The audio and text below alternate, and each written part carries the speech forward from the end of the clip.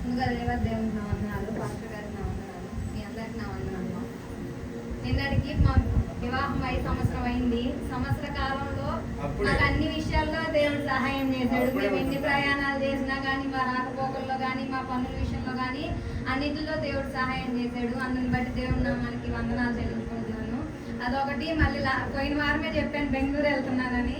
మళ్ళీ అక్కడికి వెళ్ళిన తర్వాత ఏమైందేమో వాళ్ళే మనసు మార్చుకొని, నీకు ఇక్కడ ఉండడం ఇష్టం లేదంటే చెప్పమ్మా, వెళ్ళిపో, అక్కడ చూసుకేమన్నా నీకు నచ్చింది, నీ ఇష్టం అని వాళ్ళు నన్ను అడిగారు. అప్పుడు నాకు ఎందుకో అంత కరెక్ట్ అనిపించలేదు అక్కడే ఉండి వర్క్ చేయడం అనేది.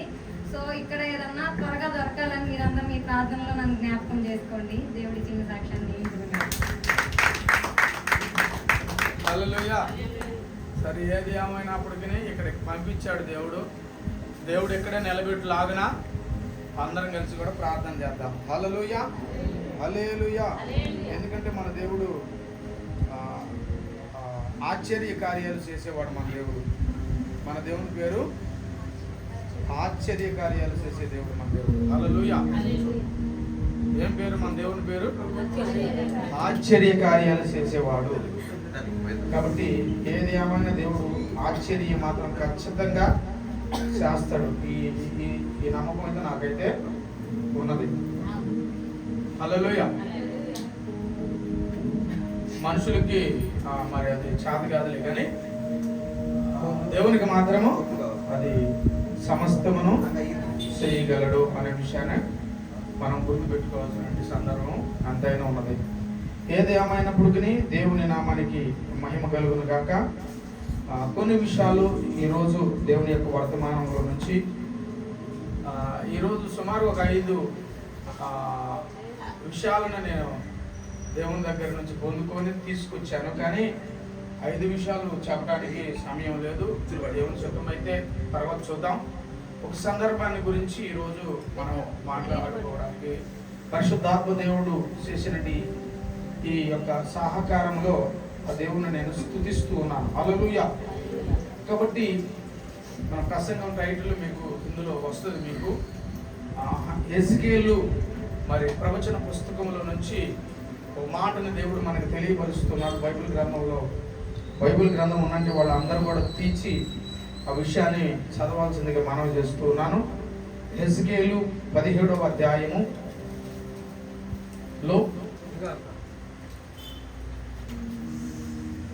ఈ ప్రవచన పుస్తకంలో నుంచి రాయబడినటువంటి మాటని ఒకసారి చదువుకుందాం. హెజ్కేలు 17:19 వచనాన్ని ఒకసారి చదువుదాం. 19. ఇందుకు ప్రభువైన యెహోవా ఇలాగ సెలవిచ్చుచున్నాడు. చూడండి, టైటిల్ అదే. అతడు నిర్లక్ష్యపరిచిన ప్రమాణము నేను చేయించున్నాను కదా. అతడు ఏ విషయాన్ని రద్దుపరిచాడో ఆ నిబంధన నేను చేసినదే కదా. నా జీవము తోడు ఆ దోష శిక్ష అతని మీదనే నేను మోపుతాను అని ఇక్కడ హెజ్కేలు ప్రవక్త చెప్తున్నది ఒక సందర్భం. అందులో రాయబడినటువంటి మాట ఏమిటంటే నిర్లక్ష్యము అనే మాట అక్కడ వాడు రాయబడి ఉంది. నిర్లక్ష్యము అనే సందర్భాన్ని ఇక్కడ దేవుడు మనకి మరి ప్రస్తాపిస్తూ ఉన్నాడు. అంటే హెజ్కేలు అంటే దాని అర్థం ఏమిటి అంటే దేవుడు బలపరిచేవాడు అని అర్థం. దాని భావం హెజ్కేలు అంటే దాని భావం ఏమిటి అంటే హెజ్కేలు అంటే దాని అర్థం ఏమిటి అంటే దేవుడు బలపరిచేవాడు అని దాని భావం. దేవుడు బలపరిచేవాడు. పేజీ నెంబర్ చెప్పండి అమ్మ, తీసుకుంటారు పిల్లలు. దేవుడు బలపరిచేవాడు అని దీని టైటిల్ ఉందండి భావం. అయితే ఇక్కడ నిర్లక్ష్యం చేస్తా ఉన్నారు అనే సందర్భాన్ని ఇక్కడ మనం ఆ వార్డ్ చదువుకుంటున్నాం. ఈరోజు మన ప్రసంగం టైటిల్ ఏంటంటే నిర్లక్ష్యము చెయ్యకము. ఈరోజు మన ప్రసంగం టైటిల్ అదే, నిర్లక్ష్యము చేయదు. నిర్లక్ష్యము ఏ విషయంలో కూడా నువ్వు చేయటానికి వీలు లేదు. అయితే ఇక్కడ చెప్పినట్టు మాట ఒకసారి చదువమ్మా. నిర్లక్ష్యం అని అక్కడి నుంచి చదువు తల్లి మళ్ళీ ఒకసారి. నిర్లక్ష్యం పెట్టబడినంటి సమానము ప్రమాణము నేను చేయుచున్నది కదా. అతడు ఏ నిబంధన రద్దుపరిచాడో ఆ నిబంధన నేను అది చేసినదే కదా. నా జీవము తోడు ఆ దోష శిక్ష. చూడండి, నిర్లక్ష్యం చేస్తే మనకొచ్చే ఆశీర్వాదం ఏంటంటే దోష శిక్ష. అది ఆశీర్వాదమా? ఆశీర్వాదం కాదు, శాపం. అది నిర్లక్ష్యం చేస్తే మనకొచ్చేది దోష శిక్ష. నువ్వు ఏ విషయంలోనైనా సరే నిర్లక్ష్యం అనేది నీ జీవితంలో కానీ జరిగితే, బాప్తిస్మము తీసుకున్న నీ జీవితంలో, ప్రార్థనకు వస్తున్న నీ జీవితంలో, వాక్యానుసారంగా నడుస్తున్న నీ జీవితంలో నిర్లక్ష్యం అనేది నీ జీవితంలో జరిగితే అది నీకు మనకి ఏమవుతుందట?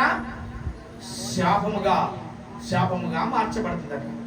ఉదాహరణకు మనం చూసినట్లయితే నెబుకద్నెజరు మీకు తెలుసు, బైబిల్ గ్రంథంలో ఉన్నాడు. ఈయన ఒకప్పుడు రాజు, పరిపాలన చేయగలిగిన వాడు, 10 మందిని పిలవగలిగిన వాడు, 10 మందిని పంపించగలిగిన వాడు, బబులోను దేశానికి రాజుగా మార్చగలిగిన వాడు, బబులోను దేశానికి రాజుగా నియమింపబడిన వాడు, బబులోను దేశాన్ని అతను చేతుల్లో పెట్టుకొని నడిపించగలిగిన రాజుగా మార్చగలిగిన వాడు ఈ యొక్క నెబుకద్నెజరు. బబులోను దేశాన్ని గడగడలాడించగలిగిన సత్తా కలిగినటువంటి వాడు ఈ యొక్క నెబుకద్నెజరు. ఈ నెబుకద్నెజరు దేవుని నిర్లక్ష్యం చేశాడట, దేవుని ప్రజలను నిర్లక్ష్యం చేశాడట. చేసిన తర్వాత అతనికి జరిగిన ఆశీర్వాదము పోయి తనకున్నటి శాపం ఎలాగా మార్చబడిందంటే, ఒక అడవిలో పశువులు తినే గడ్డి వేసేదాని కొరకు అతను సిద్ధపరిచేదాని కొరకు దేవుడు సహాయం చేశాడట. కారణం ఏమిటయ్యా అంటే దేవుని మాట లెక్క చేయలేదు, దేవుని మాట లక్ష్య పెట్టలేదు, దేవుని తృణీకరించాడు, దేవుని మాటను నిర్లక్ష్యపరిచాడు. తన మాట యాదవాగుగా బబులోను దేశాన్ని మొత్తం ప్రకటించాడు. నేను చెప్పినట్టుగానే మీరు నడవాలి అని తన యొక్క స్తూపాన్ని తయారు చేసుకున్నాడు. ఆ ప్రాంతాన్ని, ప్రజల్ని గడగడలాడించి, నెబుకద్నెజరు లాంటి రాజు ఈ ప్రపంచంలో ఎవడు లేడు, మీరు ఏదైనా దండం పెట్టాలన్నా ఈ స్తూపానికే పెట్టాలి, నాకే పెట్టాలి అని ఒక సవాల్ విసిరినటువంటి వాడు ఈ యొక్క బబులోను దేశంలో ఉన్నట్టు నెబుకద్నెజరు. అయితే తను దేవుని నిర్లక్ష్యపరిచినందువల్ల ఆ ప్రాంతముల నుంచి బయటికి వచ్చేసి అడవిలో గడ్డి వేస్తూ వస్తూ ఉన్నాడట దేవుని బిడ్డలారా. ఒకప్పుడు కింగ్ లాగా బ్రతికినట్టి వాడు, ఒకప్పుడు రాజులాగా బ్రతికినట్టి వాడు, 10 మంది రమ్మంటే వచ్చేవాడు, 10 మందిని పొమ్మంటే పోయేటట్టుగా చేయగలిగిన సత్తా కలిగినట్టి వాడు ఈ రాజు పరిస్థితి ఈ రోజు ఇంత స్థితిగతికి రావడానికి గల కారణం ఏమిటయ్యా అంటే అతడు చేసిన నిర్లక్ష్యము. అతడు చేసిన నిర్లక్ష్యాన్ని బట్టి అతడి కుటుంబం పతనం అయిపోయింది, తన రాజరికం దిగిపోయింది, మనుషులు ఎదుట హ్యాల్వీ లేకుండా పోయింది, సమాజం ఎదుట హ్యాల్వీ లేకుండా పోయాడు. రాజుగా నియమించబడినటువంటి వాడు ఒక పశువులాగా అడవులో గడ్డి వేసే పరిస్థితి, దిగజారే పరిస్థితి రాగలిగింది. కారణం ఏమిటంటే దేవుని మాట అతడు నిర్లక్ష్యపరిచినందు వల్ల దేవుని యొక్క ఉగ్రత, దేవుని యొక్క శాపము, దేవుని యొక్క ఆ ఉగ్రత అనేది ఆ బబులోను దేశం మీద ఉన్నటువంటి ఆ రాజుకి మీదకి ఎప్పుడైతే వచ్చిందో, రాజు పరిపాలన దిగిపోయి ఒక్కొక్కటిగా తన జీవితం అంతా కూడా ఐస్ గడ్డ కరిగిపోయినట్టుగా కరిగిపోయి, తినేదానికి కూడా ఆహారం లేక చివరికి తన జీవితం ఎలాగా మారిపోయిందంటే పశువు 4 కాళ్ళతో నడిచినట్టుగా అతను కూడా 4 కాళ్ళతో నడుస్తూ మరి పశువు తింటున్నట్టు ఆహారం తినడానికి మొదలు పెట్టాడు. ఒకప్పుడు కింగ్, ఒకప్పుడు రాజ పరిపాలన చేయగలిగిన వాడు, ఒకప్పుడు రాజు, బబులోను దేశానికి రాజు అనబడిన ఆ వ్యక్తిలో జరిగినట్టి నిర్లక్ష్యము అతని యొక్క జీవితం పతనం చేయబడింది దేవుని బిడ్డలారా. ఈరోజు దేవుని సన్నిధికి వస్తున్న మన జీవితాలు ఎలాగ ఉన్నాయి? ఈరోజు దేవుని సన్నిధికి వస్తున్న మన బ్రతుకు ఎలాగ ఉన్నది? ఏ విషయంలో నువ్వు నిర్లక్ష్యం చేస్తున్నావో, ఏ విషయంలో నువ్వు పతనం అయిపోతున్నావో, నీ పతనానికి గల కారణం ఏమిటో దాని గురించి నువ్వు గుర్తెరిగే స్థితిలో నువ్వు ఒకవేళ ఉన్నవా లేవా అనేది నిన్ను నువ్వు ప్రశ్నించుకోవాల్సిన అవసరం ఎంతైనా కనబడుతూ ఉంది దేవుని బిడ్డలారా. హల్లెలూయా. నిర్లక్ష్యము, కొన్ని మాటల నిర్లక్ష్యం గురించి నేను మీకు చెప్తాను. చూడండి, కొంతమంది ఆరోగ్య విషయంలో నిర్లక్ష్యం చేస్తారు. ఆరోగ్య విషయంలో నిర్లక్ష్యం చేస్తారు. షుగర్ వచ్చింది, లడ్డు తినొద్దు, స్వీట్ తినొద్దు అంటే ఒకటే కదా, అది పెరిగిపోతుంది. నిర్లక్ష్యం. మరొకరు నీకు ఇంకా మరి స్ట్రోక్ ఉందనో ఇంకొకటి ఉందని చెప్తే తినొద్దు అన్న విషయాలు, చేయొద్దు అన్న పనులు చేస్తూ ఉంటారు. నాకు తెలిసిన 40 సంవత్సరాలు వయసు కలిగినటువంటి వాడు ఒక ఆయన అన్న ఉన్నాడు. అది సూదులగుంట రామపురం అనే పొదిలమిటి, నాకు తెలిసిన ప్రాంతంలో. అతడు మందుకు ఎడక్ట్ అయ్యాడు. మందు తాగటము, కైని వేసుకోవడం, పేకాట ఆడటం, గంజాయికి అలవాటు పడ్డాడు. ఒకరోజు డాక్టర్ దగ్గరికి వెళితే తన ఆరోగ్యం బాగలేదని, బాబు నీకు ఎప్పుడైనా స్ట్రోక్ రావచ్చు, లివర్ డ్యామేజ్ అయ్యింది, నీకు 24 మరి అనబడినట్టు కడుపు నొప్పి వచ్చే ప్రమాదం ఉన్నది, మరి పేగంత పూత పూసింది, నువ్వు కరెక్ట్గా ఇవన్నీ మానుకోకపోతే నీ జీవితం బాగుండదు, నీ ఇష్టం, ఇంక మేము చెప్పాల్సింది చెప్పామని చెప్పాను. నేను కూడా విన్నాను. డాక్టర్ దగ్గరికి తీసుకొని వెళ్ళినప్పుడు మందులు వాడుకున్నాడు, 4 రోజులు బాగానే ఉంది కదని మళ్ళీ స్టార్ట్ చేశాడు. మళ్ళీ స్టార్ట్ చేసిన తర్వాత మళ్ళీ అదే హాస్పిటల్కి వెళితే అతన్ని కనీసం గుండెల దగ్గర నుంచి బొడ్డు దాకా అతనికి కోసి మరి అందులో ఉన్న చెడిపోయిన దాన్ని తీసేసి మళ్ళీ కుట్లు వేశాడు. దాదాపు సంవత్సరం పాటు మళ్ళీ బాగానే ఉన్నాడు. మరలా మొదలు పెట్టాడు దేవుని బిడ్డలారా. ఈరోజు తన భార్యకి, తన ఇద్దరు కుమార్తెలకి, తనకున్నట్టు కుమారుడికి దూరం అయిపోయాడు. శ్మశానానికి పాత్రుడయ్యాడు. ఆ వ్యక్తి లేడు. ఈరోజు అన్నా అని పిలవడానికి ఆ వ్యక్తి లేడు. కారణం, తన కుటుంబాన్ని పతనం చేసుకున్నాడు, తన కుటుంబాన్ని నాశనం చేసుకున్నాడు. తనకున్నట్టు నిర్లక్ష్యము, ఆరోగ్య విషయంలో కేర్ తీసుకోకపోవడం, ఆరోగ్య విషయంలో కేర్ని అనేది అనుగ్రహించకపోవడం వల్ల అతను నష్టపోయేది కాక తన కుటుంబాన్ని కూడా పేదరికంలో పెట్టేటట్టుగా అతడు ప్రయత్నం చేశాడు. ఈరోజు ఆ కుటుంబం అంటే ఎవరికి లెక్కలేదు. ఆ కుటుంబంలో ఆ భార్య అంటే ఎవరికి లెక్కలేదు. అందరూ చెదురాడటమే, ఆమె వారి పిల్లల్లో చెదురాడటమే. కారణం, వీడు చేసిన నిర్లక్ష్యం ఆ కుటుంబం పతనం చేయబడింది దేవుని బిడ్డలారా. హల్లెలూయా. కాబట్టి నిర్లక్ష్యము, ఆరోగ్య విషయంలో నువ్వేం చేయకూడదు అంటే నిర్లక్ష్యం చేయకూడదు అని దేవుడు చెప్తున్నాడు. మరి కొంతమంది బాగానే చదువుకుంటారు, ఉద్యోగం వచ్చిన తర్వాత నిర్లక్ష్యం చేస్తారు. ఉద్యోగం వచ్చిన తర్వాత తన పై అధికారులతో నిర్లక్ష్యంగా ఉంటారు. తన కింద వస్తున్నట్టు వారితో కూడా నిర్లక్ష్యంగా మాట్లాడుతుంటారు. కొన్ని సందర్భాలలో వారి జాబ్ను పోగొట్టుకునే విషయాల్లో కూడా వాళ్ళు ఉంటారు. కారణం ఏమిటంటే వారికి ఉన్నట్టు బుద్ధిహీనత, వారికి ఉన్నట్టు నిర్లక్ష్యాన్ని బట్టి కూడా వాళ్ళు ఉద్యోగాన్ని పోగొట్టుకుంటారు. ఒంగోలు మౌర్య హోటల్ మీ అందరికీ తెలుసు. ఆ హోటల్లో దాదాపు 10 సంవత్సరాల క్రితం నాకు తెలిసిన ఒక అన్న మరి మేనేజర్గా అక్కడ పనిచేస్తూ ఉన్నాడు.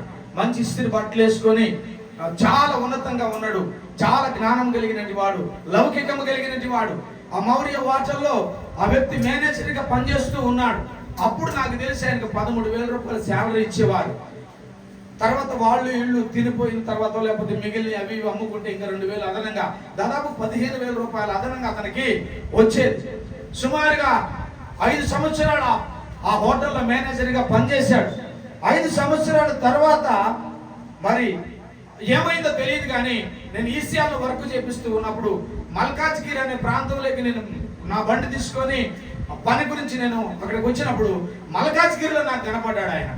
ఏందన్నా మీరు ఇక్కడ ఉన్నారు, ఏమిటి విషయం ఏంటంటే, తమ్ముడు అది మనకు వర్కౌట్ కావట్లేదు, దానివల్ల మనకేమి మరి మేలు జరగలేదు, కాబట్టి నేను ఇప్పుడు మేస్త్రి పని చేస్తున్నాను అని చెప్పాడు. ఏం చేస్తున్నాను? మేస్త్రి పని చేస్తున్నాను. హోటల్లో మేనేజ్మెంట్ చేసి అతను సిగరెట్ అలవాట్లేదు, మందు అలవాట్లేదు, ఎటువంటి బ్యాడ్ అలవాట్లు లేవు. ఎప్పుడైతే ఈ మేస్త్రి పీడిలోకి దిగాడో లేని అలవాట్లు మొత్తం అతను చేసుకున్నాడు. అక్కడ బాకీలయ్యాడు. 2 సంవత్సరాల నుంచి అక్కడ తప్పించుకున్నాడు. ఆ తర్వాత 3 సంవత్సరాలు నేను ఎదిగితే నూతలపాడు దాటిన తర్వాత దాటినమిటి భారత పెట్రోల్ పంపు ఉంటుంది. భారత పెట్రోల్ పంపుకు ఆపోజిట్ లో ఒక హోటల్ పెట్టాడు. 3 సంవత్సరాలు రన్ చేశాడు. నేను అదే తోవల పోతుంటే అక్కడ వాకిట్లో కనపడ్డాడు. ఈయన మనోడేనని అడగకపోతే మనోడే. ఏదన్న విషయం అన్నా, ఏం లేదు తమ్ముడు, మేస్త్రి ఫీల్డ్ నాకు లాస్ వచ్చింది కాబట్టి హోటల్ మొన్న ఈ మధ్యలో తయారు చేశాను, మన హోటల్లో అన్ని ఐటమ్స్ వస్తాయి తమ్ముడు అని చెప్పిండు. సరే కాసేపు కూర్చొని టీ ఇస్తే తాగాను, వెళ్ళిపోయాను. ఏం జరిగిందో తెలియదు. 3 సంవత్సరాలు 2 సంవత్సరాలు దాటిన తర్వాత కనీసం అక్కడ కట్టిన గుడిసి కూడా లేదు. మళ్ళీ 2 సంవత్సరాలు ఆగిన తర్వాత మళ్ళీ ఒక ప్రాంతంలో కనపడ్డాడు, చేకుద్దు ప్రాంతంలో. ఏంది ఇక్కడ ఉన్నాడు అని చెప్తే కూరగాయలు కొట్టి పెట్టున్నాడు, కూరగాయలు అమ్ముతున్నాడు. నేను కూరగాయలు తెద్దామని ఆడికే పోయి నా గంటలో పడ్డాడు. ఏందన్నా ఈ పరిస్థితి అంటే, ఆడ పనికి రాలేదు, ఆడ పనికి రాలేదు అన్న. మళ్ళీ 2 సంవత్సరాలు ఆగింది. ఇప్పుడు ఆ కూరగాయలు కొట్టుకోలేదు. ఇప్పుడు అప్పుడప్పుడు చేనుకుత్తలు అక్కడెక్కడ తిరుగుతూ కనపడదు ఉంటాడు. ఏం చేస్తున్నావు అంటే, ఫ్లాట్లు బిజినెస్ చేస్తాను తమ్ముడా. నా మనసులో నేను అనుకున్న దీనం సగటు తరిగా తగలబెట్టారు సాయం అనుకున్నాను. హల్లెలూయా. చూడండి, మనిషికి హద్దు లేదు, మనుషుడికి హద్దు లేదు. కాబట్టి ఎంత నిర్లక్ష్యాన్ని చేస్తూ వాళ్ళ యొక్క బతుకు తెరువు పోగొట్టుకుంటున్నారో అర్థం కాని పరిస్థితి. అయితే ఈ వ్యక్తులు ఏ వ్యక్తి అయినా సరే దేవుని నిర్లక్ష్యపరిస్తే మొట్టమొదట నీకు వచ్చే జీవన పాతి అనబడిన దాని మీద దెబ్బకూడదండి దేవుడు. అక్కడే నువ్వు బెండ్ అయ్యేది, అక్కడే నువ్వు బెండ్ అవుతావు. కాబట్టి అంత ఆస్తిపరుడేనంటి ఎబుకద్నెజరు ఈరోజు గడ్డి తినాల్సిన అవసరం ఏమొచ్చిందయ్యా అంటే, వాని యొక్క జీవితము దిగజారిన జీవితంగా మార్చబడి ఉంది. ఈరోజు దేవుడు కాస్త కూస్తూ మనకు కృపనిచ్చి, పని చేసుకునే దాని కొరకు కృపనిచ్చి, పని చేసుకునే దాని కొరకు ఆరోగ్యాన్ని ఇచ్చి, పని చేసుకునే దాని కొరకు జ్ఞానాన్ని ఇచ్చి, మరి అనేకమైన ఆలోచనలు ఇచ్చి మన కుటుంబాన్ని పోషించుకోవడానికి ప్రయత్నం చేస్తూ దేవుడు బలాన్నిస్తే, ఈరోజు దేవుని యొక్క సన్నిధిని విడిచి, దేవుని మందిరాన్ని విడిచి ఈరోజు నువ్వు నిర్లక్ష్యపరిస్తే నీ జీవితము ఎబుకద్నెజరుకి కలిగినట్టు జీవితం కలగకపోవడం అనేది పెద్ద విషయమేమి కాదు దేవుని పట్ల. మరి కొంతమంది చూస్తే కుటుంబాన్ని నిర్లక్ష్యపరుస్తారు, కుటుంబాన్ని నిర్లక్ష్యపరుస్తారు. కుటుంబంలో భార్యను పట్టించుకోనీడు, భర్తను పిల్లలను పట్టించుకోనీడు. కొంతమంది ఆడపిల్లలు భర్తను పట్టించుకోరు, పిల్లలను పట్టించుకోరు. ఈడేందో, ఈడు సోకేందో, ఏమేందో, ఈమె యొక్క అలవాటు ఏమిటో. కుటుంబాన్ని పట్టించుకోవాలి. కుటుంబంలో బిడ్డలకు మంచి డ్రెస్ ఉన్నదా లేదా, కుటుంబంలో నిత్యం వాడుకునే సరుకులు ఉన్నాయా లేవా, అవసరత ఉన్నదా లేదా, ఇది నా కుటుంబం కదా, ఇది నా భార్య కదా, ఇది నా భర్త కదా, వీళ్ళు నా పిల్లలు కదా, నా బిడ్డల భవిష్యత్తు రాబోయే దినాల్లో బాగుండాలి కదా అనే ఆలోచనను లేకుండా నా సోకులకి, నా అలవాట్లకి, నా పరిస్థితులకే దిగజారిపోయి కుటుంబాన్ని పట్టించుకోకుండా కుటుంబాన్ని నడి రోడ్డు మీద విడిచిపెట్టే వాళ్ళు కుటుంబాలు ఎంతో మంది ప్రపంచంలో లేకుండా పోలేదు దేవుని బిడ్డ. దీనికి గల కారణం ఏమిటంటే, నీ నిర్లక్ష్యము నీ కుటుంబానికి పతనముగా మార్చబడింది, నీకు పతనముగా మార్చబడుతూ ఉన్నది. కారణం ఏమిటి అయ్యంటే నిర్లక్ష్యము. ఈ నిర్లక్ష్యము నిన్ను ఆశీర్వాదకరంగా మార్చదు, కానీ ఈ నిర్లక్ష్యం నిన్ను ఏం చేస్తుంది అంటే అంధకారానికి తీసుకొని వెళ్తుంది. మరి కొంతమంది పిల్లలు తల్లిని కానీ తండ్రిని కానీ తేలికగా మాట్లాడతారు. మీకు తెలుసో తెలియదు, చాలా తేలిక. అమ్మ అమాయక తత్వంగా ఉంటాను, నాన్న అమాయక తత్వంగా ఉంటాను, నీకు తెలియదు, ఏం లేదు, జరగకూడదు, ఎందుకు నువ్వు వరకు వచ్చేదని తల్లిని గురించి మాట్లాడతారు, తండ్రిని గురించి మాట్లాడతారు. ఏమండి, మన పక్క తల్లి కానీ తండ్రి కానీ మన ఒంగోలులో కష్టపడి పని చేస్తే 1000 రూపాయలు సంపాదాలంటే ఎన్ని రోజులు పట్టింది? ఒంగోలు పల్లెటూరులో 1000 రూపాయలు సంపాదాలంటే ఎన్ని రోజులు పట్టింది చెప్పండి? 3 రోజులు పట్టిందంట. ఎన్ని రోజులు? ఎండకి ఎండుతురు, వానకి దొరుకుతారు, చెమట. కొంతమంది పేనాస్ వాళ్ళకి మజ్జిగ దగ్గర 5 రూపాయలు ఖర్చు కాకూడదని. ఇంకా కొంతమంది పచ్చడి మెతుకులు తినిపోతారు. మరి ఇంక కొంతమంది రాత్రి గంజిలో ఉన్న అన్నమే తినిపోతారు. అసలు లేకపోతే ఎవరు కన్నా పక్కన ఒక ముద్ద పెట్టుకుని తినిపోతారు. 3 రోజులు ఎండకి ఎండి వానకి తడిచి 1000 రూపాయలు తీసుకొని చేతకొస్తే హాస్టల్లో నుంచి ఫోన్ చేస్తారు, అమ్మా నాకు డబ్బులు లేవు, నాకు ఇది అవసరం, నాకు అది అవసరం, నాన్న ఇది అవసరం, నాకు అది అవసరం అనగానే తల్లి తండ్రి ఏం చేస్తారు చెప్పండి? తీసుకుపోయి చెప్తారు. ఎవరికి? ఆడి చేతులు పెడతారు, ఆమె చేతులు. 7 రోజులు కష్టపడింది, 7 రోజులు కష్టపడింది చెప్పండి, చెప్పాలి నోరు తెలిసి 3 రోజులు. కానీ ఆ 1000 రూపాయలు వాళ్ళ చేతికి పోతే 3 నిమిషాలు పడ్డది ఖర్చు పెట్టడానికి. 3 నిమిషాలు ఎగిరిపోతాయి. నిన్నే కదా ఇచ్చిందంటే నువ్వు ఇచ్చింది దానికి కూడా చాలా, నువ్వు ఇచ్చింది దీనికి కూడా.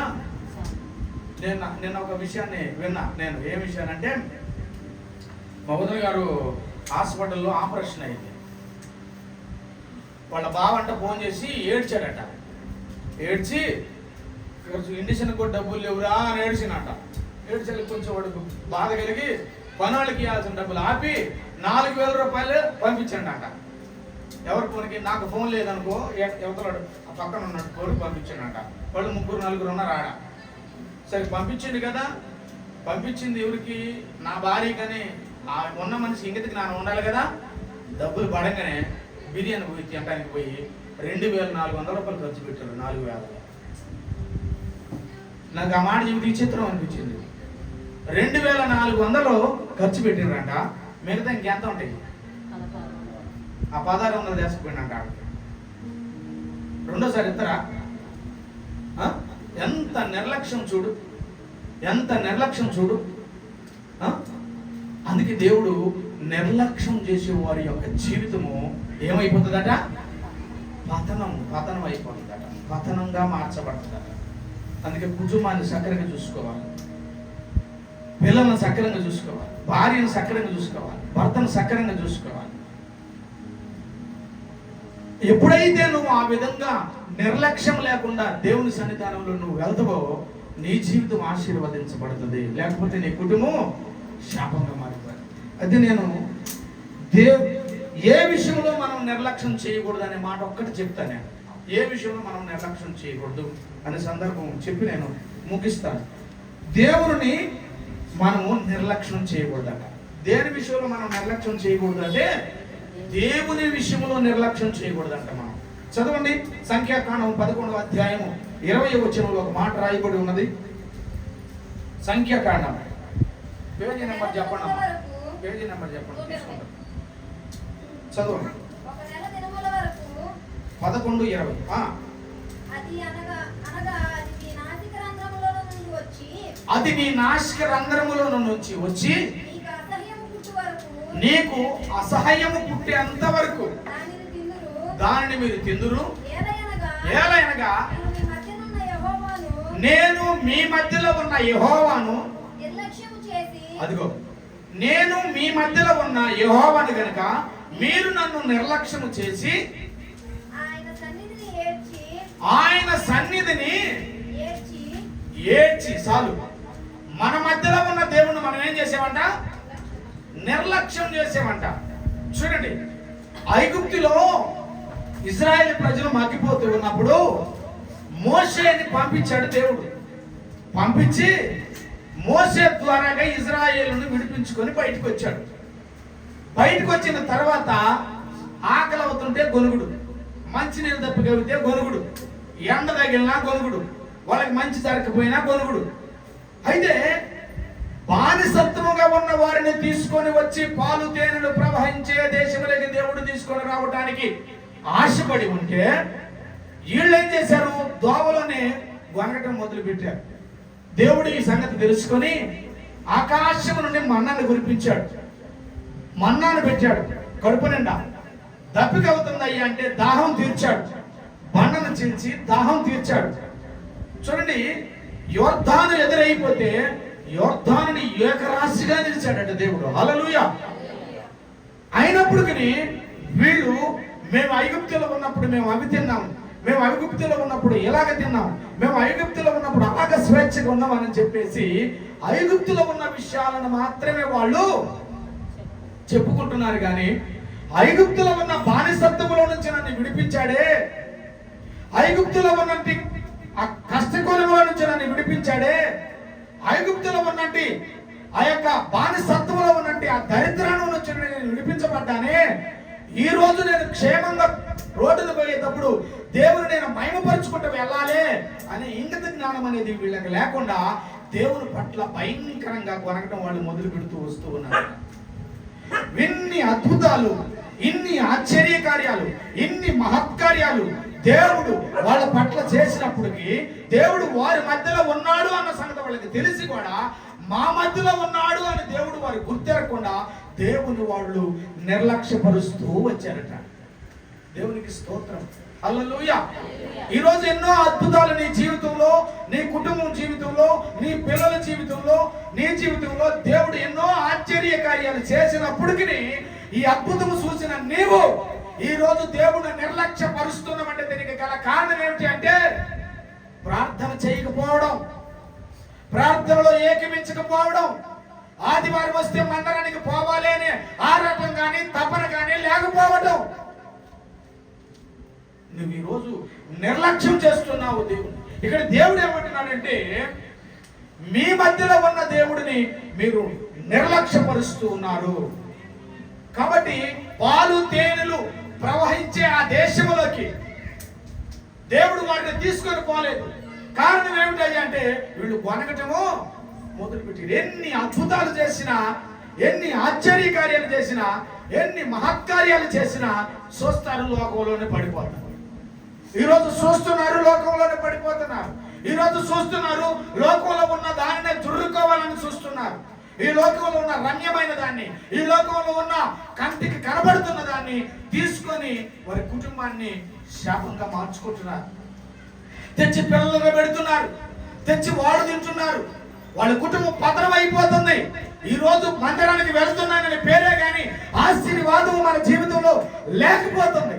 కారణం ఏమిటంటే నువ్వు ఇయ్యాల్సిన క్లారిటీ, ఇయ్యాల్సిన మరి చేయాల్సిన భక్తి దేవుని సన్నిధిలో నువ్వు చేయలేకపోతున్నావు, చేసిన దాన్ని నువ్వు అనుభవించలేకపోతున్నావు. కారణం ఏమిటంటే మీ మధ్యలోనే ఉన్నాడు దేవుడు. దేవుడు ఏమంటున్నాడంటే ఎక్కడ ఇద్దరు ముగ్గురు కూడి నా నామమును ప్రస్తావిస్తారో వారి మధ్యలో నేను ఉన్నాను అని చెప్పాడు దేవుడు. మరి మన మధ్యలో ఉన్న దేవుడిని మనం నిర్లక్ష్యపరిస్తే ఆశీర్వాదము నీకు ఎక్కడి నుంచి వస్తుంది? దీవెన నీకు ఎక్కడి నుంచి వస్తుంది? నెమ్మది నీకు ఎక్కడి నుంచి వస్తుంది? సంతోషం నీకు ఎక్కడి నుంచి వస్తుంది? నీ బిడ్డల భవిష్యత్తు ఎలాగా ఆశీర్వాదకరంగా మార్చుతుంది? మార్చలేకపోవడానికి గల కారణం ఏమిటంటే నీవు చేస్తున్న నిర్లక్ష్యమే. ఎక్కడో చేస్తున్నావు నిర్లక్ష్యం. అది ప్రార్థన దగ్గర నిర్లక్ష్యం చేస్తున్నావా? భర్త పట్ల నిర్లక్ష్యం చూపిస్తున్నావా? భార్య పట్ల నిర్లక్ష్యం చూపిస్తున్నావా? కుటుంబం పట్ల నిర్లక్ష్యం చూపిస్తున్నావా? నీలో ఉన్న హాంభావం ఏదున్నదో ఆ నిర్లక్ష్యము నీ భర్తకి ఇవ్వాల్సినది నీ భర్తకి, నీ భార్యకి ఇవ్వాల్సినది నీ భార్యకి, నీ పిల్లలకి ఇవ్వాల్సిన క్లారిటీ నీ పిల్లలకి నువ్వు ఇవ్వగలిగి దేవునికి ఇవ్వవలసిన ప్రాధాన్యత నువ్వు ఇవ్వగలిగితే అదిగో ఆ దేవుని దగ్గర నీకు వచ్చే ఆశీర్వాదము దీవెనకరంగా మార్చబడుతుంది. హల్లెలూయా. లేకపోతే నీకు దీవెనకరంగా మార్చబడదు. దీవెన నీ కుటుంబంలో ఉండదు. ఓబేదెదోము కుటుంబంలో దేవుని మందస్సు ఎన్నాళ్ళైతే ఉన్నదో అన్ని రోజులు ఓబేదెదోము కుటుంబం ఆశీర్వదించబడింది. దీనికి గల కారణం ఏమిటంటే అతడు దేవుని నిర్లక్ష్యపరచలేదు. దేవుని అతను తన ఇంట్లో ఉంచుకున్నాడు. దేవుణ్ణి తన ఇంట్లో దాచుకున్నాడు. ఈ రోజు నీ కుటుంబంలో పర్టికులర్ గా ఒక దైవజనుడిగా నేను అడిగితే నా కుటుంబంలో దేవుడు ఉన్నాడు అనే మాట నిక్కచ్చిగా నువ్వు చెప్పగలవా? ఒక అబద్ధం ఆడితే నీ కుటుంబంలో ఉన్నట్టా? ఒక భూత మాట మాట్లాడితే నీ కుటుంబంలో ఉన్నట్టా? ఒక ఏరియా తలంపుతో నువ్వు ఉంటే నీ కుటుంబంలో దేవుడు ఉన్నట్టా? నిన్ను వల్లే నీ పొరుగు వాడిని ప్రేమించకపోతే దేవుడు నీలో ఉన్నట్టా? No, never. దేవుడు ఉండడు. దేవుడు అన్ని విషయాలని ఆశీర్వాదకరంగా మార్చగలిగేవాడు. కాబట్టి నిర్లక్ష్యం చేశారు. వారి మధ్యలో ఉన్న దేవుని నిర్లక్ష్యం చేశారు.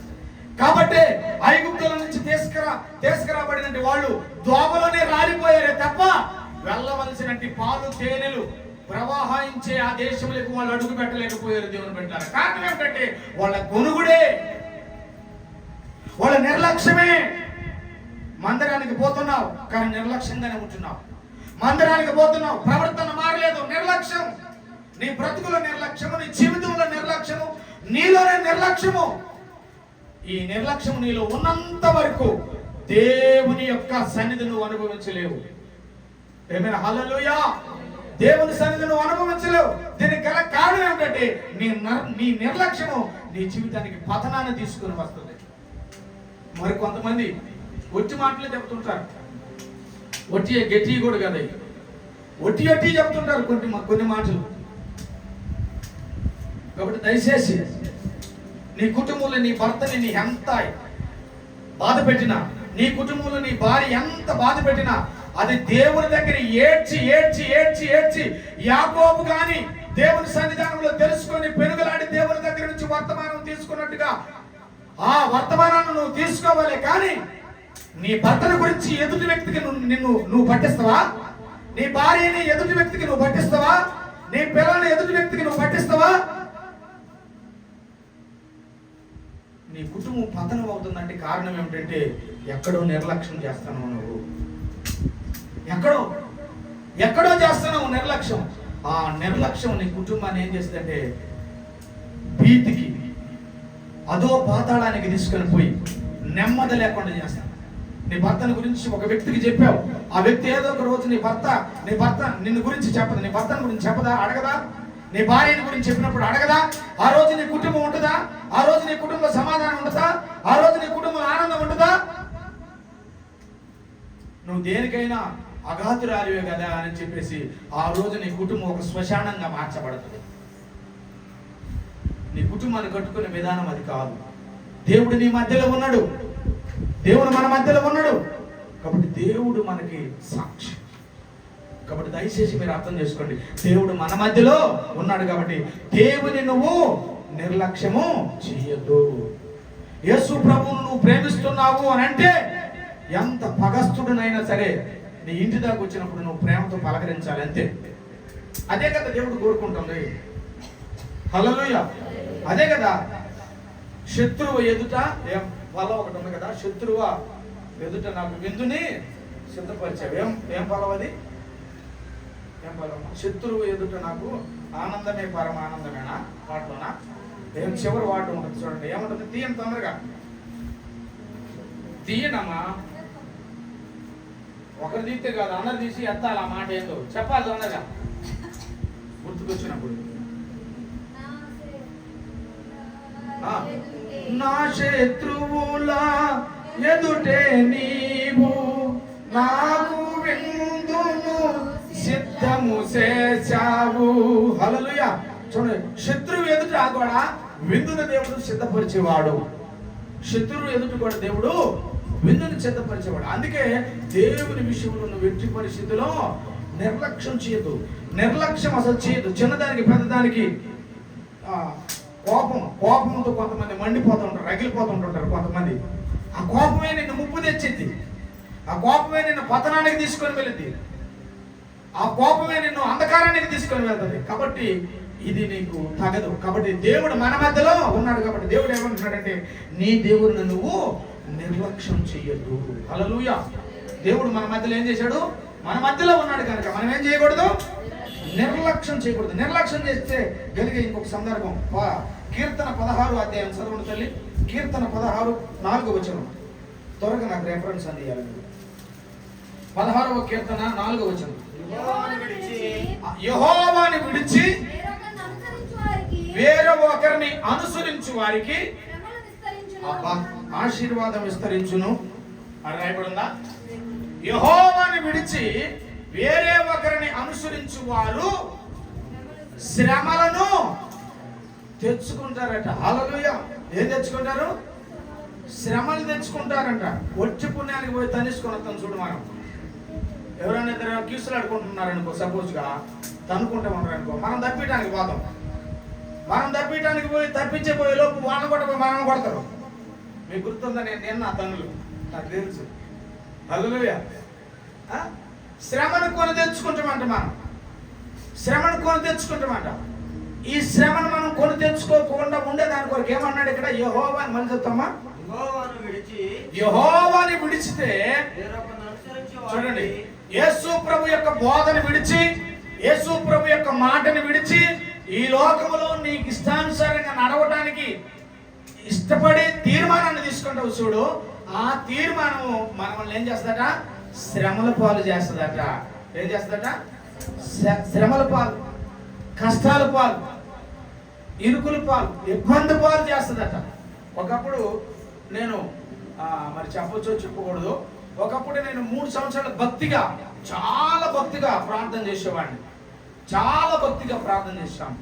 ఎంత భక్తిగా అంటే అసలు అంత అద్భుతమైన భక్తి నేను మళ్ళీ చూడాల. అలాంటి భక్తి నేను చేశాను. అలాంటి భక్తిలో ఒక దయ్యము నన్ను ఇబ్బంది పెట్టింది. ఇంకా అంతకంటే ఎవరిని చెప్పను. అయితే 3 సంవత్సరాలు ఆడపిల్లలు బండకేసి బట్టను కొడితే దాంట్లో ఉన్న మురికి ఎలాగ పోతుందో 3 సంవత్సరాలు నా వేదన కాదు. 3 సంవత్సరాల వరకు నేను దేవుడు నా దగ్గర లేడు, నేను దేవుని దగ్గర లేడు. ఎందుకంటే నేను చేసిన పొరపాటును బట్టి శ్రమ తెచ్చుకున్నా. ఏ పని చేసినా నాకు ఎదురే వస్తుంది, ఏ పని చేసినా నష్టమే వస్తుంది, ఏ పని చేసినా నేను ఊరకనే దొరికిపోతున్నా, ఏ పని చేసినా అందరిలో సరిపడా ఏచి కలిగిన వాళ్ళ ఎదుట నేను కించపరచబడబోతున్నా. ఎవరంటే పలానాడు, అవునా హే అని నవ్వటం. ఇలాంటి దరిద్రమైన విషయాలు 3 సంవత్సరాల్లో నేను నలిగిపోయి, 3 సంవత్సరాలు, 1 సంవత్సరం కాదు 2 సంవత్సరాలు. అంటే కారణం ఏమిటి అంటే దేవుని విడిచి నేను చేసిన చెడికి, చిన్న పనికి నేను కష్టపడిన దానికి ఫలితం ఎన్ని రోజులు తెలుసా? ఒక చిన్న తప్పుకి 3 సంవత్సరాల శిక్షణ పడ్డాను. ఏమండి? 3 సంవత్సరాలు నలిగిపోయినా ఆ తర్వాత తప్పును తెలుసుకొని ఆ తర్వాత దేవుని సన్నిధిలో మళ్ళీ నిక్కచ్చిగా ఉండటం మొదలుపెట్టిన తర్వాతనే దేవుడు మళ్ళీ నన్ను దీవెనకరంగా నడిపించాడు. చూడండి, 3 సంవత్సరాలు నేను పడిన రోత బ్రతుకు అంత ఎంత రోత బ్రతుకు కాదు. అయితే ఇక్కడ ఏమన్నాడు? ఇక్కడ ఏమని చెప్తుంది? మళ్ళీ చదువు మా మాట. యెహోవాని విడిచి ఏదో ఒకరిని ఆశ్రయించినటువంటి వారి యొక్క జీవితము శ్రమలో, కష్టాలు, నిందలు. ఉదాహరణగా మనం చూసుకున్నట్లయితే బైబిల్ గ్రంథంలో యోధా బెత్లెహేమును విడిచి మోయాబుకి వెళ్ళింది ఒక ఆమె. యోధా అంటే స్తుతి, బెత్లెహేము అంటే రొట్టెల ఇల్లు అని అర్థం. స్తుతిని విడిచిపెట్టి, రొట్టెల ఇల్లుని విడిచిపెట్టి మోయాబుకు వెళ్ళింది. మోయాబు ఎటువంటిది? రమ్యమైన పట్టణమే, కానీ అది శపితమైనది. ఆ పట్టణం రమ్యమైనదే, అన్ని సరుకులు దొరుకుతాయి అక్కడ, ప్రతి సరుకు దొరుకుతుంది, నువ్వు కొనాలన్న ప్రతి సరుకు దొరుకుతుంది. అయితే అది ఎటువంటి పట్టణం అయ్యా అంటే శపితమైన పట్టణం. స్తుతిని వదిలిపెట్టేసింది, రొట్టెలెట్టిని వదిలిపెట్టేసింది. ఎక్కడికి వెళ్ళింది? మోయాబుకి వెళ్ళిపోయింది, శపితమైన ప్రదేశాలకు వెళ్ళిపోయింది. ఎలాగ వెళ్ళిపోయింది? తన భర్తను తీసుకొని, తన 2 కుమారులు తీసుకొని హ్యాపీగా ఆ యొక్క దేశంలో బ్రతకడానికి వెళ్ళిపోయింది. ఎవరో? నయోమి. ఎప్పుడైతే అక్కడ హ్యాపీగా వెళ్ళిపోయిన కొన్ని రోజుల తర్వాత జరిగిన సిచ్యువేషన్ ఏమిటంటే తన యొక్క భర్త చనిపోయాడు. ఎక్కడికి వెళ్ళిన తర్వాత? మోయాబుకి వెళ్ళిన తర్వాత చనిపోయాడు. చనిపోయిన తర్వాత ఈ బుద్ధిమానికి బుద్ధి రావాలా లేదా? మనకు బుద్ధి రాదు. వచ్చిందా? రాదు కదా. ఎదురు రాయొచ్చి, ఇదిగో నేను ఇక్కడ ఉన్నాను అని చెప్పి తగినా కూడా, ఓ నువ్వు ఎక్కడున్నావా? అప్పుడు దాకా మనకి తెలియదు కదా, బుద్ధి రాదు చాలా మందికి. అయితే బుద్ధిమాలినానికి బుద్ధి రాలేదు. సరే, అదిగాక తన కుమారులు 2 కూడా మోయాబులో ఉన్న శపితమైన వాళ్ళనే కోడళ్ళ చేసుకుంది. చూడండి, ఒక తప్పు ఆమె చేసింది. ఎన్ని తప్పులు తెలుసా? స్తుతిని విడిచిపెట్టి, రొట్టెల ఇంటిని వదిలిపెట్టేసి, యోధా బెత్లెహేమును విడిచిపెట్టేసి పోవడం ఒక తప్పు. రెండో తప్పు ఆడికి పోయినాక తన భర్త చనిపోయాడు. తన భర్త చనిపోయిన తర్వాత రావాలి కదా, ఇది రెండో తప్పు. మూడో తప్పు ఏంది? తన పిల్లలిద్దరికి పెళ్లిళ్ళు చేయటం మూడో తప్పు. ఇద్దరు పిల్లలకి పెళ్లిళ్ళు చేసిన తర్వాత వాళ్ళు ఏమో సుఖపడ్డరా? నో, సుఖపడలేదు. ఒక్కొక్కరి తర్వాత ఒక్కరు వాళ్ళు ఏమైపోయారు? చనిపోయారు. ఏమైనా హల్లెలూయా. ఏమైపోయారు? చనిపోయారు. ఈమె పోయేటప్పుడు ఎట్లా పోయింది? భర్తతోనూ పిల్లలతోనూ హ్యాపీగా వెళ్ళింది, తన ఇంటిని వదిలింది. ఇక్కడ ఏమన్నాడు? ఈ 16వ వచనం 4వ వచనంలో ఏమన్నారు? యెహోవాని విడిచి ఏరే వారిని అనుసరించి. ఇప్పుడు శ్రమ పడినట్ట పడనట్ట? చెప్పండి. శ్రమ పడినట్ట పడినట్ట? భర్తని కోల్పోయింది, నెక్స్ట్ ఇద్దరు కుమారులు కోల్పోయింది. తర్వాత ఎలాగ వస్తున్నామా? ఇప్పుడు మూడోది ఏం జరిగింది? నాలుగోది ఏం జరిగింది అక్కడ అంటే, ముగ్గురు కూడా ఎలాంటి వాళ్ళు? ముత్తైదులాగా వస్తున్నారు ఇంటికి. అంతేనా? అట్లా వచ్చారు చెప్పండి, మీ నోటి చెట్టు బాగుంటుందని కదా. ఎలాగొస్తున్నారు? ఎదవలుగా ఎదవరాళ్ళుగా తిరిగి వస్తున్నారు. పోయేటప్పుడు ఎలాగ పోయినామా? ముత్తైదుగా పోయింది. అవునా కదా? అంటే ఎప్పుడైతే తన దేశాన్ని, ఎప్పుడైతే తన స్థుతిని, ఎప్పుడైతే తన రొట్టెలింటిని, ఎప్పుడైతే యోధాని, ఎప్పుడైతే బెత్లెహేముని విడిచిపెట్టి, తన దేవుడిని విడిచిపెట్టి, తన దేశాన్ని విడిచిపెట్టి, తన జనులను విడిచిపెట్టి, తన సావాసాన్ని విడిచిపెట్టి, తనకున్నటి పరిధిని విడిచిపెట్టి, ఎప్పుడైతే తనకి కాని దాని దగ్గరికి వెళ్ళిందో అప్పుడు ఆమె ఏం చేసింది? శ్రమ కొని తెచ్చుకుంది. హల్లెలూయా. తనకి కాని దాన్ని ఎప్పుడైతే తెచ్చుకుందో అప్పుడు ఆమె ఏమైపోయింది? శ్రమను తెచ్చుకుంది. మామూలు శ్రమ అది. ఎట్లాంటి శ్రమ అది? ఎట్లాంటి శ్రమను తెచ్చుకుందామా? ఎవ్వరు తీర్చలేని శ్రమను తెచ్చిపెట్టుకున్నారు కదా. ఎందుకు ఆ శ్రమ తెచ్చిపెట్టుకుంది? దేవుడు ఆమె మధ్యలో ఉన్నాడు అన్న సంగతి తెలిసి కూడా దేవుడిని ఆమె ఏం చేసింది? నిర్లక్ష్య పెట్టింది. అంటే విడిచిపెట్టేసింది. దేవుణ్ణి విడిచిపెట్టింది. ఎప్పుడైతే దేవుణ్ణి విడిచిపెట్టిందో, విడిచిపెట్టిన మరుక్షణం ఒక్కొక్కటిగా ఆమె కోల్పోతూ వచ్చి, మరి అంతకుముందు ఆమె పేరు నయోమి. నయోమికి అర్థం ఏంటి? నయోమికి అర్థం ఏంటి?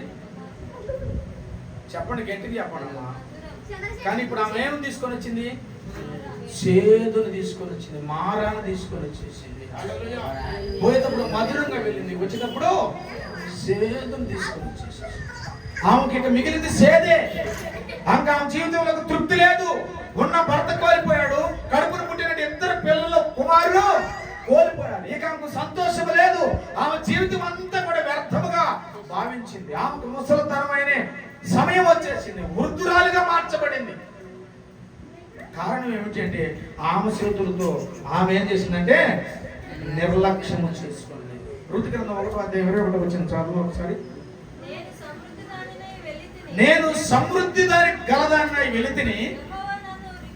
చూడండి, నేను పోయేటప్పుడు సమృద్ధిగా భర్తతో పోయాను, సమృద్ధిగా పిల్లలతో పోయాను, కానీ తిరిగి వచ్చేటప్పుడు నేను ఎలాగా?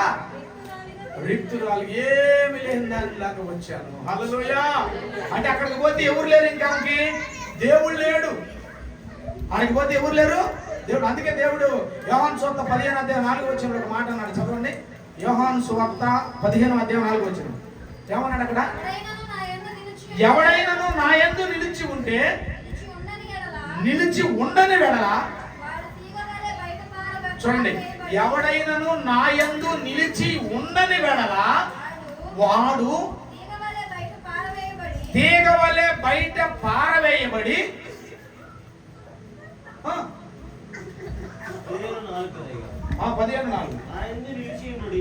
నా యందు నిలిచి ఉండు, అప్పుడు నేను మీ యందు నిలిచి ఉంటాను. చూడండి, తీగ ద్రాక్షావళిలో నిలిచి ఉంటేనే కానీ తనంతట తాను ఎలాగ ఫలించదో,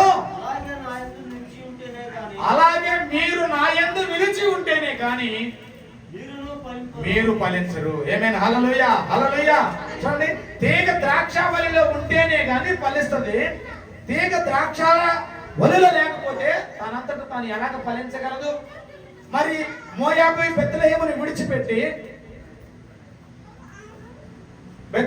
విడిచిపెట్టేసి స్తుతిని విడిచిపెట్టేసి ఎక్కడికి వెళ్ళిందాం అక్క? ఆమె మోయాబుకి వెళ్ళింది, శపితమైన దానికి వెళ్ళింది. అంటే దేవుడు అక్కడ ఆమెకి కనెక్షను లేడు. ఎందుకంటే వారితో ఆమె కలిసిపోయింది కనుక ఆమె పోయేటప్పుడు ఎలాగపోయిందట?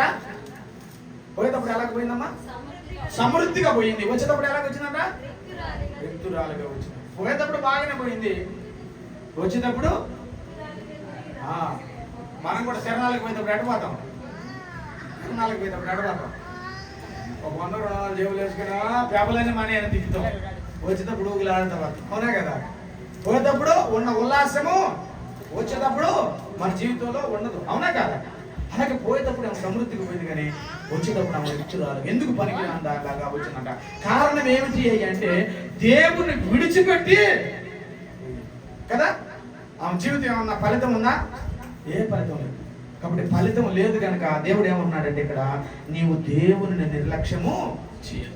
ఒక ఆయన ఎరుకోని విడిచిపెట్టి యెరూషలేమును విడిచిపెట్టి ఎరుకోకు దిగి వస్తాడంట. మీకు తెలుసు, యెరూషలేమును విడిచిపెట్టి, యెరూషలేములో అన్ని ఉన్నాయి సమృద్ధిగా, యెరూషలేములో దేవుడి దగ్గర అన్ని దీవెనలు ఉన్నాయి.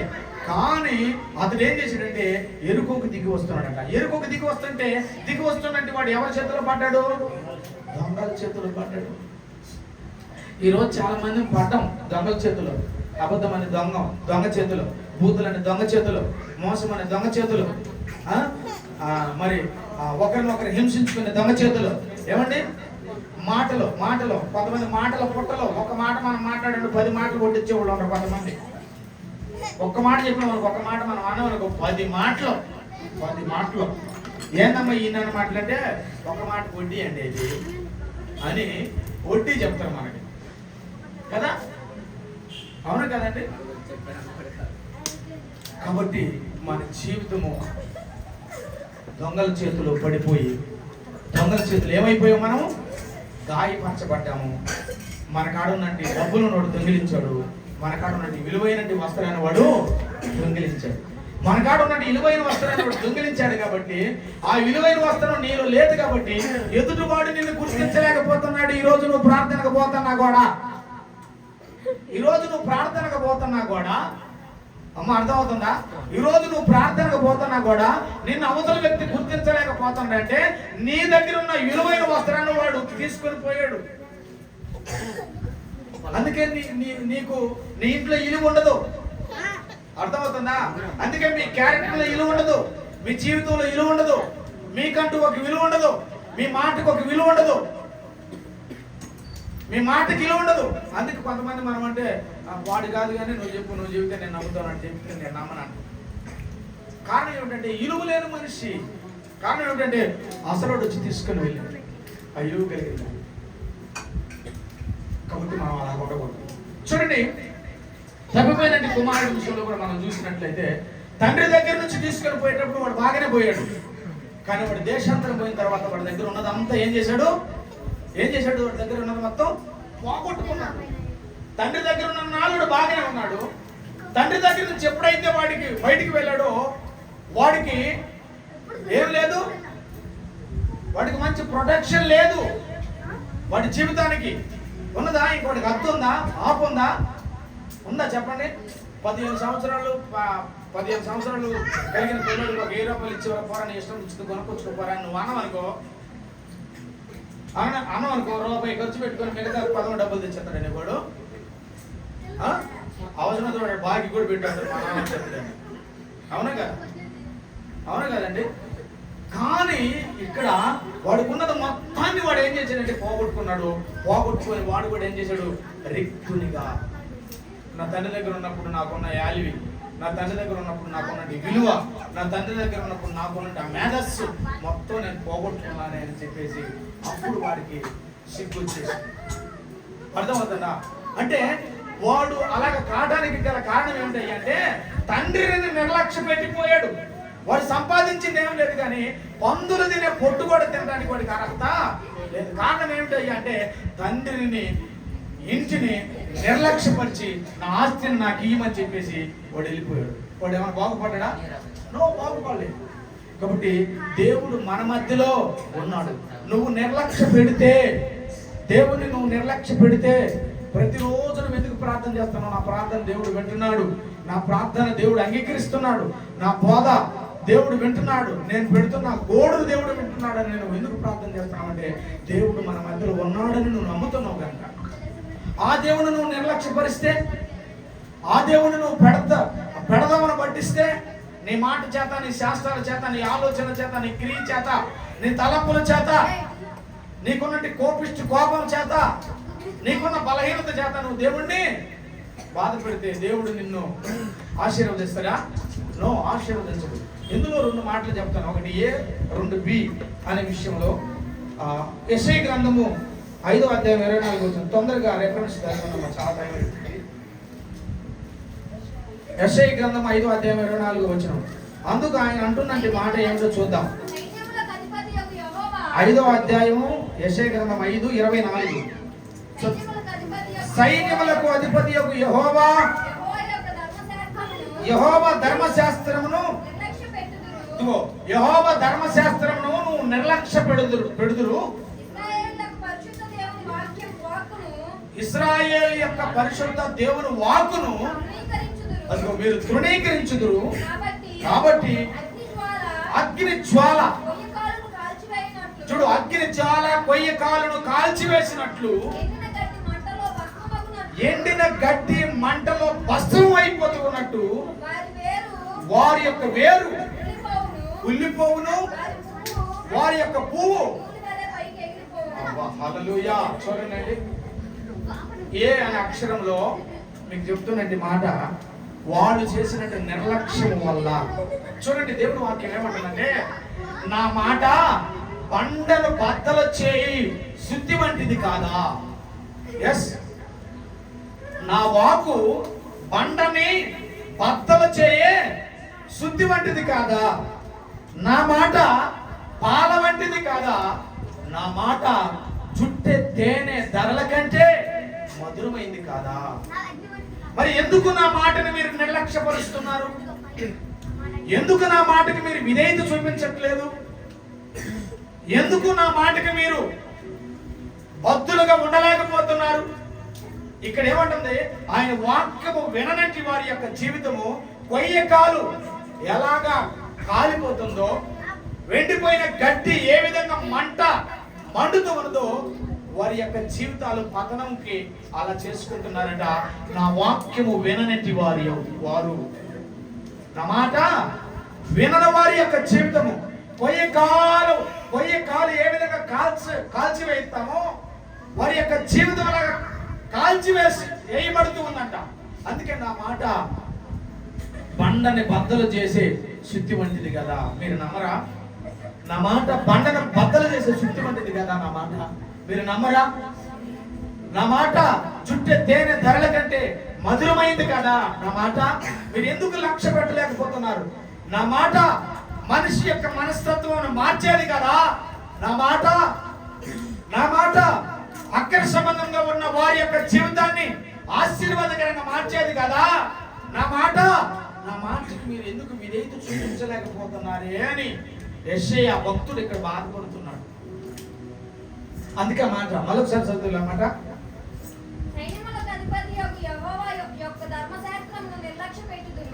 దేవుని యొక్క ధర్మశాస్త్రమును నిర్లక్ష్య పెట్టే వారి యొక్క జీవితము,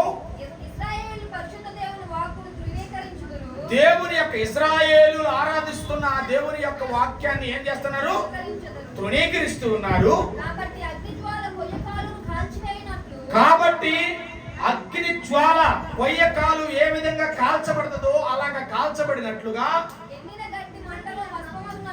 ఎండిపోయిన గడ్డి మంటలో భస్మము అయిపోయినట్లుగా. చూడండి, మనకున్న ఏరు ఏ ఏరు ఇందాక ఏ ఏరు గురించి చెప్పుకున్నాం మనం. 15వ అధ్యాయము 4వ వచనములో, నాలో నిలిచి ఉంటేనే మీరు బహుగా ఫలిస్తారు. నాకు వేరుగా ఉండి మీరేమీ చేయలేరు. అయితే ఆయనకి వేరుగా ఉంటే నువ్వు నేనేమైపోతామంట, భస్మమైపోతున్నామంట. హల్లెలూయా. ఏ అనే అక్షరంలో రాయబడినట్టు కోడు భస్మం అయిపోతున్నామంట. హల్లెలూయా. భస్మం అయిపోతున్నామంట దేవుని బిడ్డ. ఎందుకు భస్మం అయిపోతున్నాము? నా మాట బండని బద్దలు చేయే శుద్ధి వంటిది కాదా? ఈరోజు బండలాంటి హృదయాలు మార్చబడడానికి గల కారణం ఏమిటంటే దేవుని యొక్క వాకే, దేవుని యొక్క మాటే.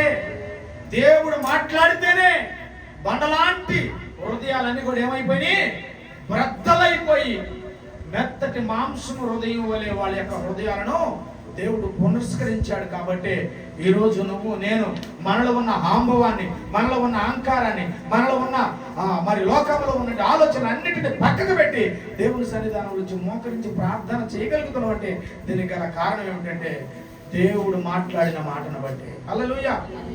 రెండో రెఫరెన్స్ బి చెప్తాను, నేను ఎక్కువ వివరిస్తే టైం లేదు నాకు. నెహెమ్యా గ్రంథము 13వ అధ్యాయం తీయండి ఒకసారి. నెహెమ్యా గ్రంథము 13వ అధ్యాయము 18వ వచనం తీయడం ఒకసారి. 18వ వచనం. నెహెమ్యా 13:18 వచనం.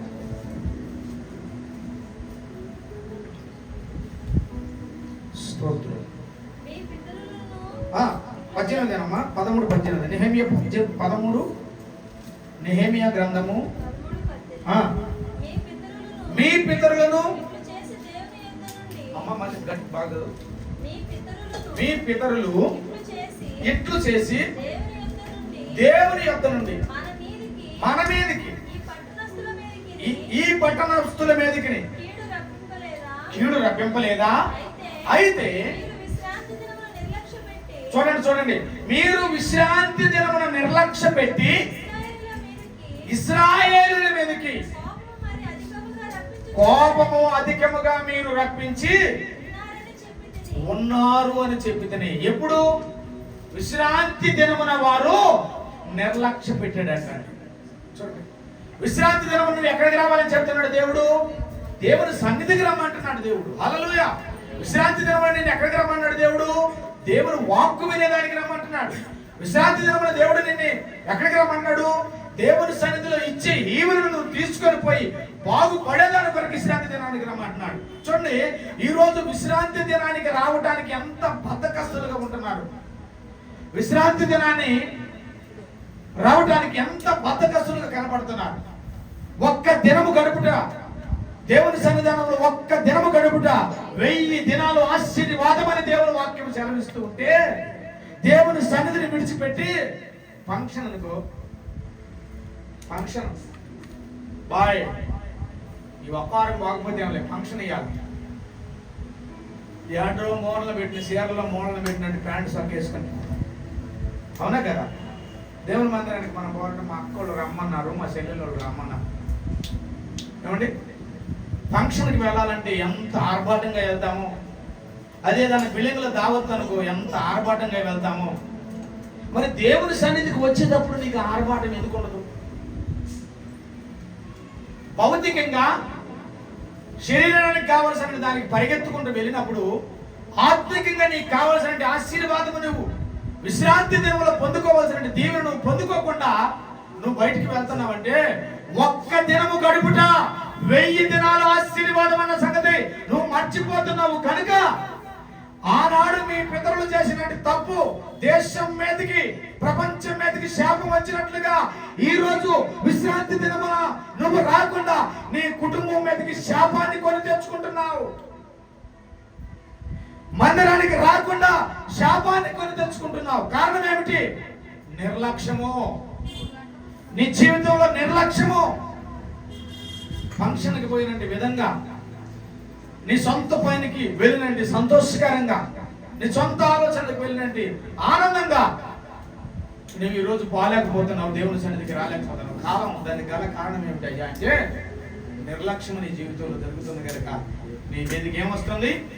ఏమో రాయబడిందమ్మా ఆ మాట, మళ్ళీ చదువుతావు ఒక మాట. అయితే మీరు విశ్రాంతి దినమున నిర్లక్ష్య పెట్టి, చూడండి, ఇశ్రాయేలు మీదకి కోపము అధికముగా వచ్చేటట్టుగా చేసుకుంటూ ఉంటున్నారని చెప్తే, అధికముగా విశ్రాంతి దినమున మీరు రాకుండా ఇశ్రాయేలు అనబడిన మీ మీదకి అధికమైన కోపం మీ మీదకి తెప్పించుకుంటున్నారు. మరియు విశ్రాంతి దినమునకు ముందు చీకటి పడినప్పుడు యెరూషలేము గుమ్మములు మూసివేస్తూ ఉన్నారు. విశ్రాంతి దినము గడుచు వరకు వాటిని మీరు తీయకూడదని నేను ఆజ్ఞాపిస్తున్నాను అంటున్నాడు. హల్లెలూయా. ఈరోజు విశ్రాంతి దినమున నేను మాత్రం ఖచ్చితంగా ఆదివారం రోజున నేను ఏ పని పెట్టుకోను. ఆదివారం రోజు ఎటువంటి పని నేను పెట్టుకోను. దేవుని పనే నేను పెట్టుకుంటున్నాను. విశ్రాంతి దినమున నేను దేవుని సన్నిధానంలో గడపకుండా లేనిపోయిన శ్రమను, లేనిపోయిన కష్టాన్ని, లేనిపోయిన నిందని, లేనిపోయిన శాపాన్ని నేను కొని తెచ్చుకోనని చెప్పి ఎవరైతే వారి హృదయంలో తీర్మానాన్ని తీసుకొని దేవుని సన్నిధానంలో చెప్పిన రీతిగా కరెక్ట్గా దేవుని సన్నిధానంలో ఎవరైతే గడుపుతారో వారి జీవితంలో ఆశీర్వాదం ఉంటుందట. వారి జీవితంలో దీవెన ఉంటుందట. విశ్రాంతి దినమున నువ్వు దేవుని సన్నిధికి రాకుండా నీ కుటుంబం నిర్లక్ష్య పెట్టుకోవద్దని దేవుడు చెబుతున్నాడు. ఆశీర్వాదకరమైన మాట ఒక్కటి చెప్పి నేను ముగిస్తా. యెషయా గ్రంథము 58, 13, 14 వచ్చిన ఒకసారి చదివి నేను ముగిస్తాను. యెషయా 58, 13, 14 చదువమ్మా. చూడండి, నా విశ్రాంతి దినమున వ్యాపారము చేయకుండా నాకు ప్రతిష్టగా చేయబడిన దినమని నీవు దాని గురించి ఊరకుండిన వెడలా విశ్రాంతి దినము అది నీకు మనోహరమైనదనియు అది యెహోవాకు ప్రతిష్ఠించిన దినమనియు అది నువ్వు ఘనమైనదని ఎంచుకొని నువ్వు దాన్ని ఘనముగా ఆచరించిన వెడల నీకు ఇష్టమైన పనులు చేయకయు వ్యాపారము చేయకయు లోకములో జరిగే ముచ్చట్లు ముసలమ్మ ముచ్చట్లు చెప్పుకోకుండా ఉన్నటియు ఆయన ఎందే నువ్వు అప్పుడు ఆనందిస్తావంట. చప్పట్లు కొట్టి గట్టిగాను హల్లెలూయా, హల్లెలూయా, హల్లెలూయా. అందుకే ఆయన ఎందే మనం ఆనందిస్తాం. ఏమని చెప్పుకోవాలంట? ఘనంగా చెప్పుకోవాలంట. అందుకే ఘనమైనవి పాట, ఘనమైనవి నీ కార్యములు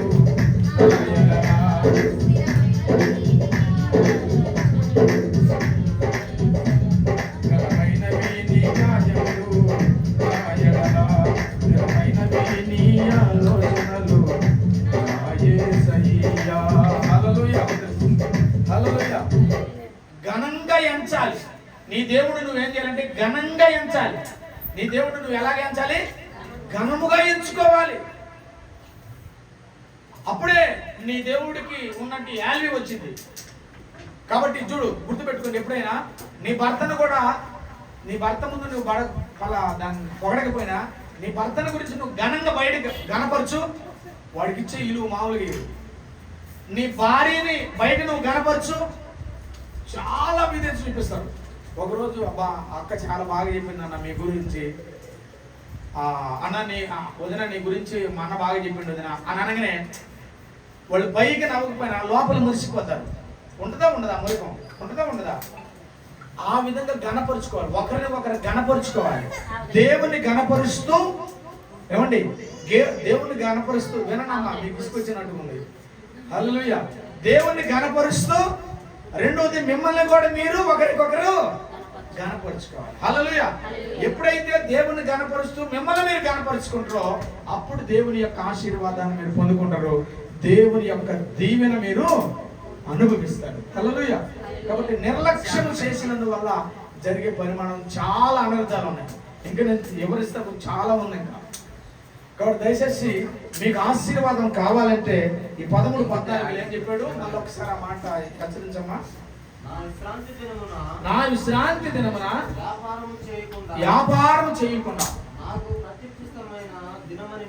చూడు, నాకు అది ప్రత్యేకించబడిన దినమని నువ్వు నువ్వు ఆ రోజు ఊరకుండి నీ పనులు పెట్టుకోకుండా దేవుని మందిరంలో ఉండిన వేళలా విశ్రాంతి దినము మనోహరమైనదని విశ్రాంతి దినం అది మనోహరమైనదనియు యెహోవాకు దేవునికి ప్రతిష్ఠ దినమని అది ప్రతిష్టం చేసిన దినమని ఘనమైనదని అనుకొని అది ఘనమైనదని నువ్వు అనుకొని దాన్ని ఘనముగా ఆచరించిన దాని నువ్వు ఘనముగా ఆచరించినంటి వేళలా నీకు ఇష్టమైన పనులు చేయకయు నీకు ఏ ఇష్టం ఉందో ఆ పనులు చేయక దేవుని నువ్వేం చేయాలి? వ్యాపారం చేయొద్దు, ఇంకే పని చేయొద్దు. కానీ అది దేవునికి ఏ రోజు అది దేవునికి అది ప్రతిష్ఠించబడిన దినం. అది దేవుని కొరకే అది ప్రతిష్ఠించబడింది. ఆ రోజు నువ్వు ఏ పని చేయొద్దు. అది నువ్వు ఘనంగా ఎంచితే నువ్వు ఆశీర్వాదం పొందుతావు. హల్లెలూయా. దాన్ని నువ్వు ఘనంగా ఎంచితే ఏం పొందుతావు? నువ్వు ఆశీర్వాదం పొందుతావు. కాబట్టి నిర్లక్ష్యము వల్ల మన జీవితాన్ని పతనం చేసుకుంటున్నాం. నీ నిర్లక్ష్యము వల్ల నీ కుటుంబం ఏమైపోతుందో, నీ నిర్లక్ష్యం వల్ల నీ భార్య ఏమైపోతుందో, నీ నిర్లక్ష్యం వల్ల నీ పిల్లలు ఏమైపోతారో, నీ నిర్లక్ష్యం వల్ల నీ కుటుంబం ఏమైపోతుందో, నీ నిర్లక్ష్యం వల్ల నీ యొక్క సంతతి ఏమైపోతుందో ఒకసారి నువ్వు ఆలకించగలిగినట్లు అయితే దేవుడు మన మధ్యలో ఉన్నాడన్న విషయాన్ని నువ్వు గుర్తించగలిగితే దేవుని ఆశీర్వాదాలను నువ్వు ఖచ్చితంగా పొందుకుంటావు అన్నమాట వాస్తవం. హల్లెలూయా.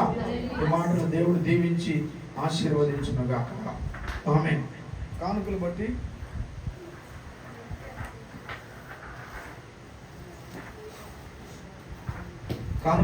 మనం ముగించుకుందాం. మీరు ఎవరైనా పాట పల్లవి చరణం పాడతారా? పల్లవి చరణం పాడి ప్రభుని గణపరచండి. ఈలో కానుకలు బట్టి ప్రభు నామని మహిమపరుస్తాం. పల్లవి చరణం